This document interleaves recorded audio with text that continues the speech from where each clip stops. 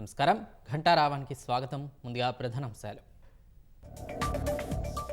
సాయంత్రం తెలుగు రాష్ట్రాల ముఖ్యమంత్రుల సమావేశం. విభజన సమస్యల పరిష్కారమే ప్రధాన ఎజెండాగా భేటీ.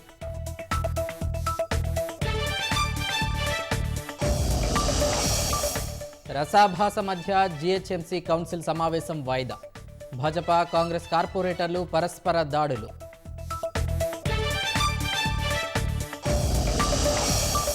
కాళేశ్వరంలోని పంప్ హౌస్ ఇంజనీర్లను విచారించనున్న కమిషన్.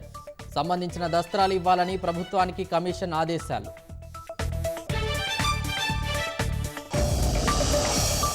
నీటి యూజీ పరీక్షను మళ్లీ నిర్వహించాలని కాంగ్రెస్ పునరుద్ఘాటన.